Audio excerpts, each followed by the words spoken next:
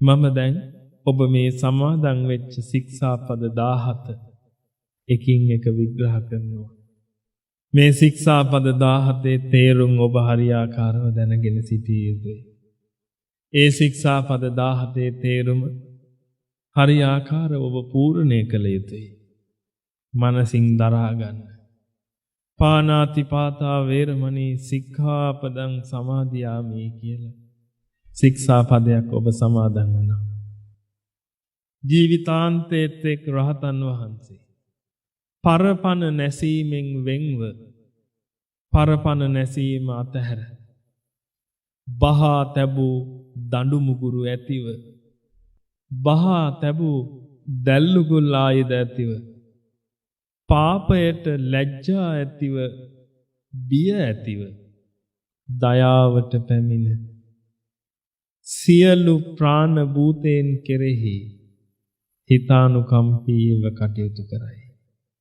ඒ උත්තම වූ රහතන් වහන්සේ සරණ යන මා අද දිනේ පරපණ නැසීමෙන් වෙන්ව පරපණ නැසීම අතහැර බහා තැබූ දඬු මුගුරු ඇතිව බහා තැබූ දැල්ලුගුල් ආයුධ ඇතිව පාපයට ලැජ්ජා ඇතිව බිය ඇතිව දයාවට පැමිණ සියලු ප්‍රාණ භූතයන් කෙරෙහි දයානුකම්පීව කටයුතු කරන බවට තුන් ලොවට නායක වූ තුන් ලොවට ශාස්ත්‍රු වූ අමා මෑණී වූ තථාගත සම්බුදු පියාණන් වහන්සේ ඉදිරියේ ප්‍රතිඥා දෙන්නෙමි කියලා සාදුකාරයක් දෙන්න කිව්වා.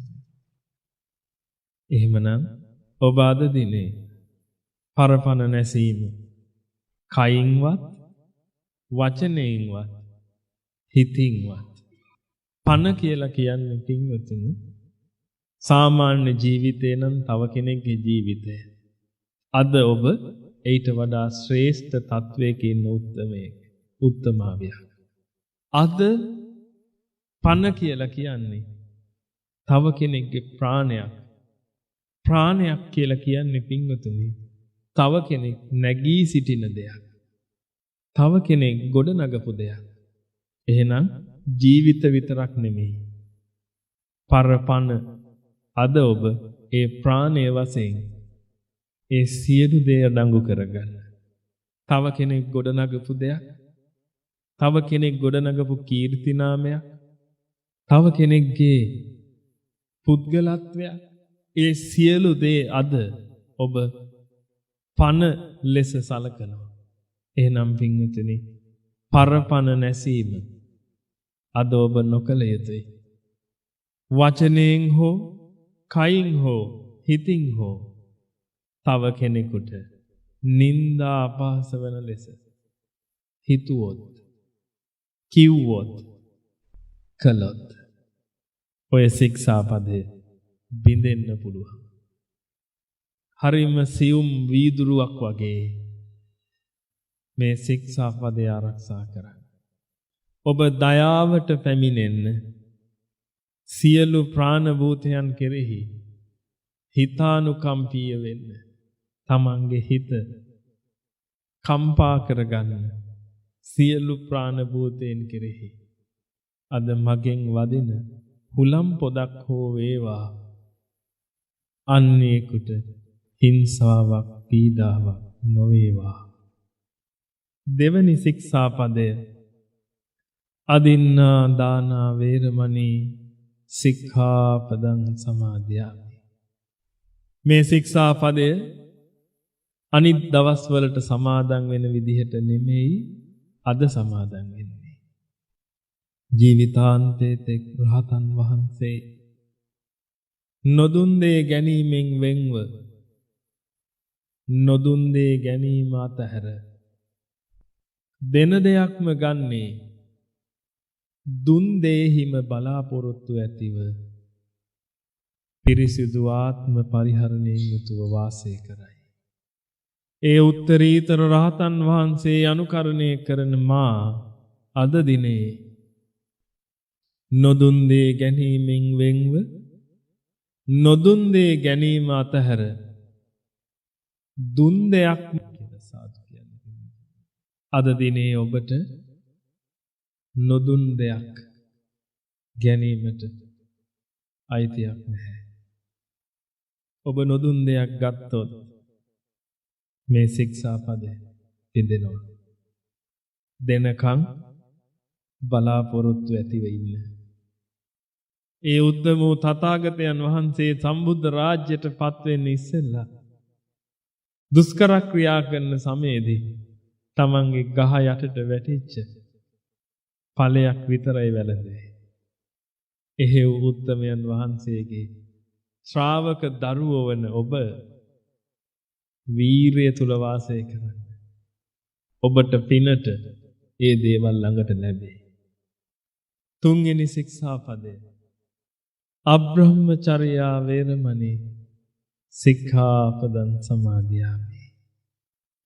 ජීවිතාන්තයේ තෙක් රහතන් වහන්සේ අබ්‍රහ්මචර්යාවෙන් වෙන්ව අබ්‍රහ්මචර්යාව අතහැර බ්‍රහ්මචාරී වූයේ නීච වූ ග්‍රාම්‍ය වූ කාම ධර්මයන්ගෙන් වෙන්ව වාසය කරයි. ඒ උත්තම වූ රහතන් වහන්සේ අනුකරණය කරන මම අද දිනේ අබ්‍රහ්මචර්යාවෙන් වෙන්ව අබ්‍රහ්මචර්යාව අතහැර බ්‍රහ්මචාරී වූයේ නීච වූ ග්‍රාම්‍ය වූ ඒ කාම ධර්මයන්ගෙන් සහ මුලින්ම වෙන්ව වාසය කරන බවට ඒ උත්තම පුරිස වූ පරම පුරිස වූ තිලොවට තිලක වූ සම්මා සම්බුදු පියාණන් වහන්සේ ඉදිරියේ ප්‍රතිඥා දෙමි. සාදු. පින්වතුනි, අද කාමේසු මිච්ඡාචාරා නෙමෙයි ඔබ සමාදන් වුනේ. ඔබ අද සමාදන් වුනේ අබ්‍රහ්මචර්යා වේරමණී. අද ඔබ බ්‍රහ්මචර්යාව පූර්ණේ කරනවා. රහතන් වහන්සේ බ්‍රහ්මචර්යාව පූර්ණේ කරනවා.